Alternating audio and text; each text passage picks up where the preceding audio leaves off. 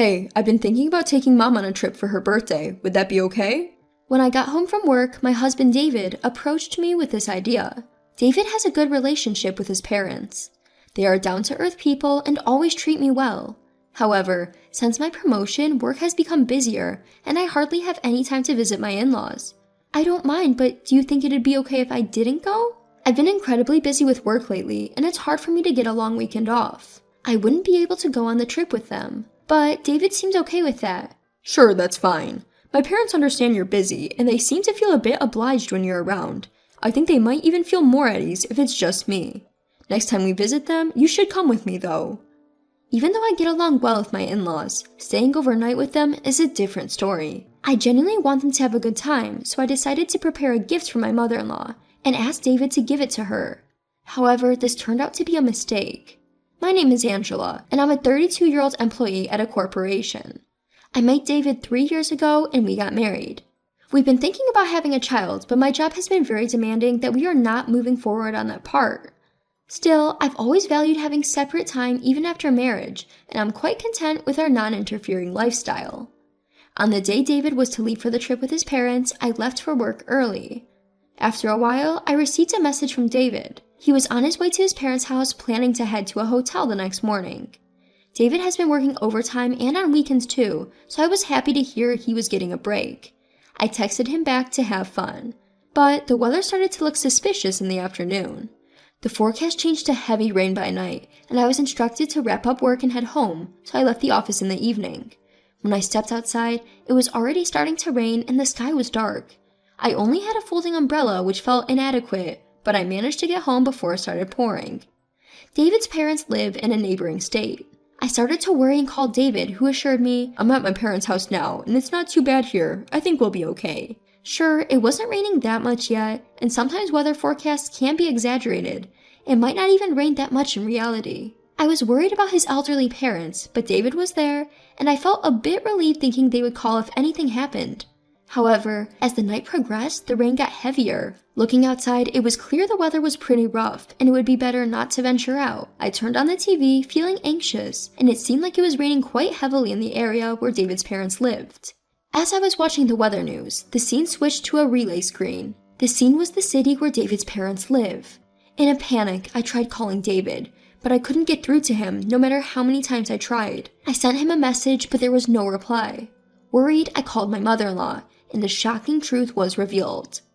After a few rings, she answered the call. Mom, I saw it on the news. Are you okay? Thank you, Angela. It's quite serious here, and we got stranded while deciding whether to go to the shelter. Apparently, the rain had flooded up to their doorstep, and they couldn't walk to the shelter. They don't have a car at their place, so they've taken refuge on the second floor of the house. But isn't David driving over?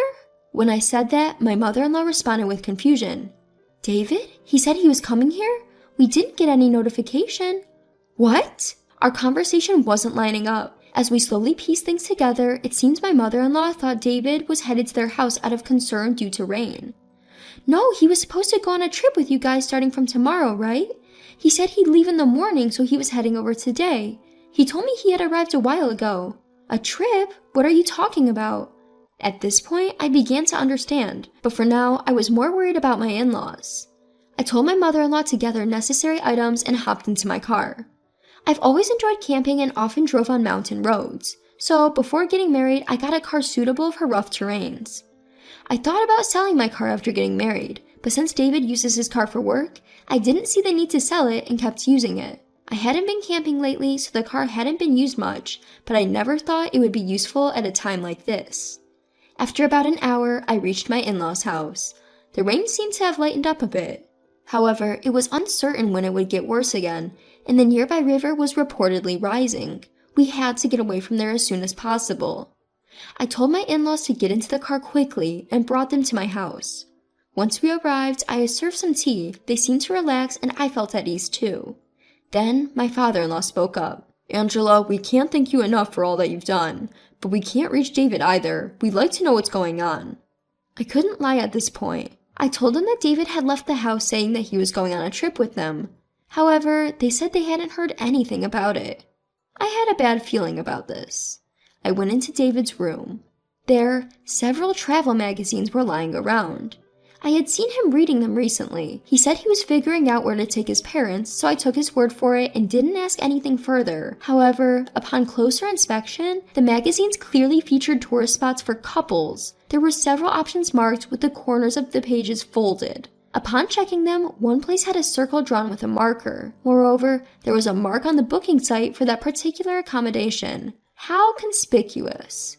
I booted up the computer in the living room. The history showed access to the booking site and a confirmation email that had been sent to an email address he doesn't usually use. If it were a trip with his parents, the reservation should have been for 3 people, but it was stated as for 2. I usually use my work computer, so I barely touched this one. So that's why my husband was off guard. He was too unsuspecting. Come to think of it, my husband loves writing and he kept a diary. I went back to his room and searched for the diary. I found it surprisingly quickly and hesitantly opened it to today's date to find the word trip and a heart symbol written. I was a bit taken aback. As I flipped back through the diary, it was filled with clear evidence of infidelity.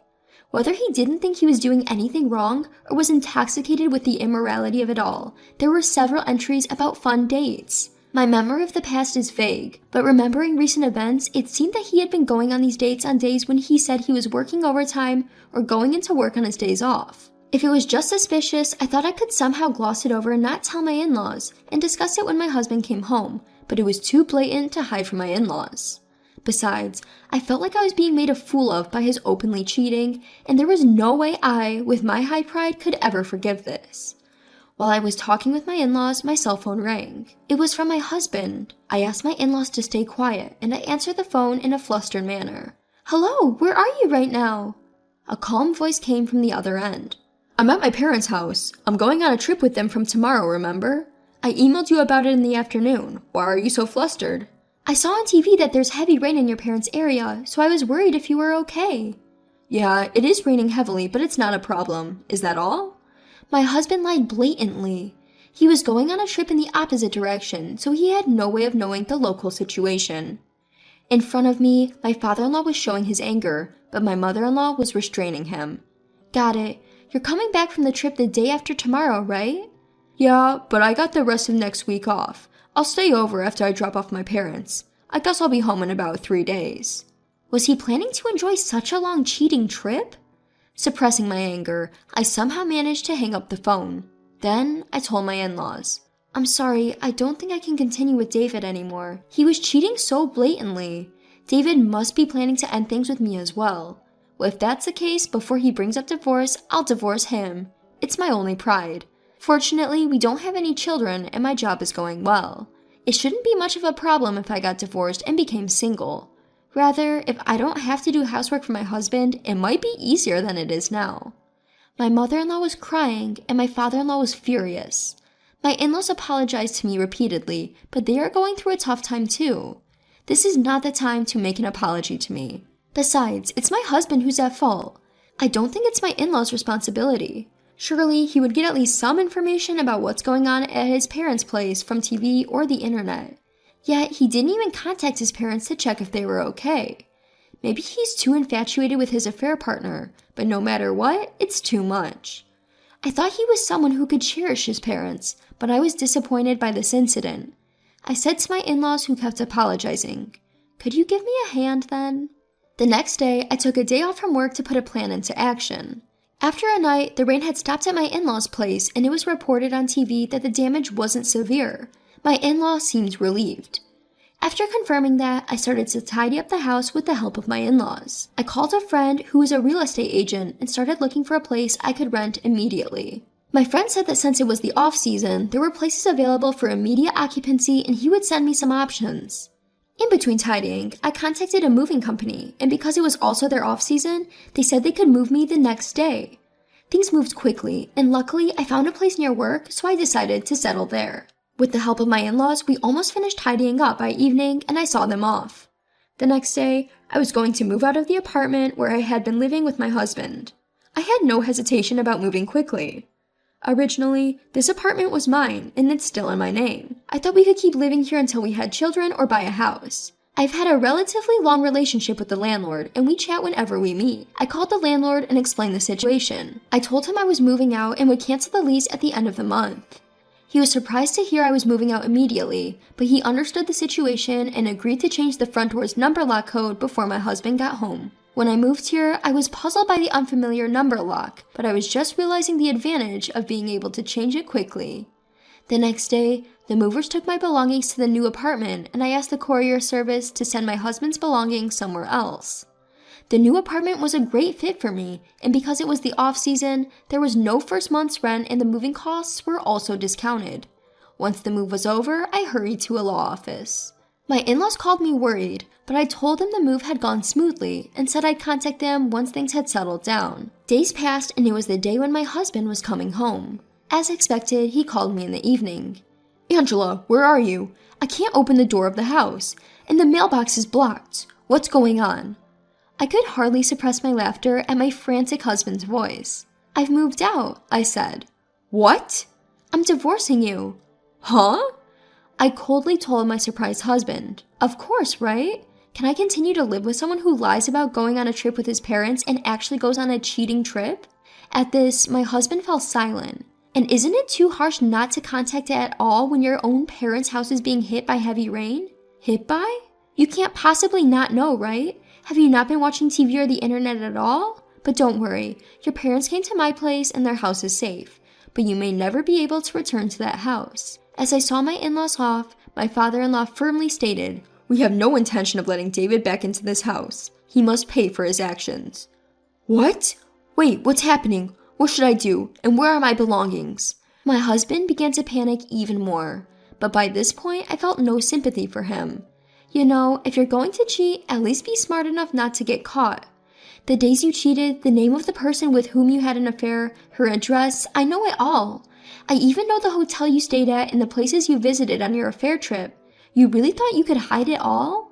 My husband was the type to take notes about everything, and his diary contained all the details of his affair, including his mistress's identity and address. From his computer history, I could see all the places he had visited with his mistress. I don't know if he underestimated me or he's just plain stupid. Perhaps it's a bit of both. If you wanted to divorce that badly, at least have the decency to do it before moving on to the next one. With that, my husband started making outrageous excuses. No, you've got it all wrong. It wasn't an affair. You've been so busy with work recently, you're rarely at home. You've been cooking less, our meals are mostly takeout, and you only clean and do the laundry every other day. You've been slacking off. At his words, I lost it. What? You're saying it wasn't an affair? How else would you explain it? And you're blaming me for the housework when you've dumped it all on me? You're usually home before me, so why don't you do some of the chores yourself? I've asked you for help countless times, haven't I? But you've always made excuses, saying you don't know how to do it. Taken aback by my outburst, my husband fell silent. Oh, by the way, your belongings are shipped to your mistress's place. At this, my husband's voice noticeably changed. Wait, hold on a minute. Why would you do that? He probably thought I had sent his stuff to his parents' house. I had considered doing that at first, but I didn't want to inconvenience my in-laws, especially not after they'd just cleaned up after heavy rain. So I decided to send his things to his mistress's place. By the way, your stuff should arrive tomorrow. I hope her husband doesn't find out. Turns out, his mistress was a junior colleague in the same department as my husband. I initially thought she was single, but my husband's diary revealed she was also married. What have you done? My husband shouted, but it wasn't my problem. You're the one at fault here for cheating. I have ample evidence of your infidelity, and I've already consulted a lawyer. I'll be seeking damages and a divorce. You have no right to complain since you've been cheating, right? But that's not it. I thought if you knew I was interested in another woman, you'd try harder to keep me by doing more housework. At his words, I could only sigh in disbelief. You sure are confident in yourself. Unfortunately, you're not nearly as attractive as you think you are. You've really overestimated yourself. Let me shatter that image for you. With that, I hung up, fully intending to make a fool of him. Later, I sent a certified letter to my husband's company and demanded compensation for the emotional distress caused by the affair from both my husband and his mistress. When my husband's belongings arrived at his mistress's place, it naturally caused a lot of trouble. She ended up getting divorced too, and they both had to pay damages. Neither my husband nor his mistress could continue working at the company and had to leave. I managed to get a divorce without any trouble and received my damages, so I don't really know or care about what happened afterwards. However, I do still keep in touch with my former in-laws, who still send me gifts during the holidays. I've heard that my ex-husband has returned to them, but they've made it clear that he's not allowed back into the house. Even they don't know where he is or what he's doing now. With my return to the single life, I only have to take care of myself when it comes to the chores and cooking. I no longer have to accommodate my picky ex-husband, and on busy days, I can even just have a beer and snacks. In a way, I feel more fulfilled than before.